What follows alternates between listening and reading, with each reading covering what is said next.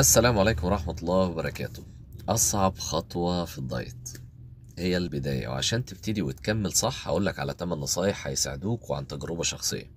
شجع نفسك لأن محدش هيشجعك. اكتب عبارات تحفيز ليك في كل مكان وحاول تعلقها دايما في المطبخ. حاول تشغل نفسك بأي حاجة تانية بتحبها غير الأكل. جرب مثلا إنك تخرج تتمشى أو ترسم أو تلون أو تسمع حاجة بتحبها أو حتى تقرأ كتاب أو قصة. اكتب كل حاجة بتاكلها عشان تفتكر، يمكن ضميرك يأنبك في يوم من الأيام.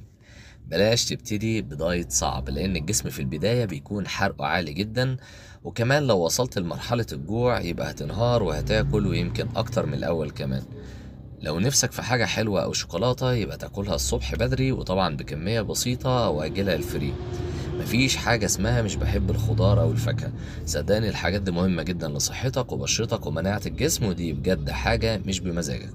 الرياضة حلوة حتى لو ربع ساعة كل يوم، أولا لأنها ممتازة للدورة الدموية والقلب ومعدل الحرق، والأهم إنها بتحسن الحالة النفسية لأنها بتطلع جزء من الطاقة السلبية اللي جواك. تامن حاجة وآخر حاجة، قبل ما تاكل أي حاجة عود نفسك تشرب مية لأن دي مهمة جدا. بس يا سيدي،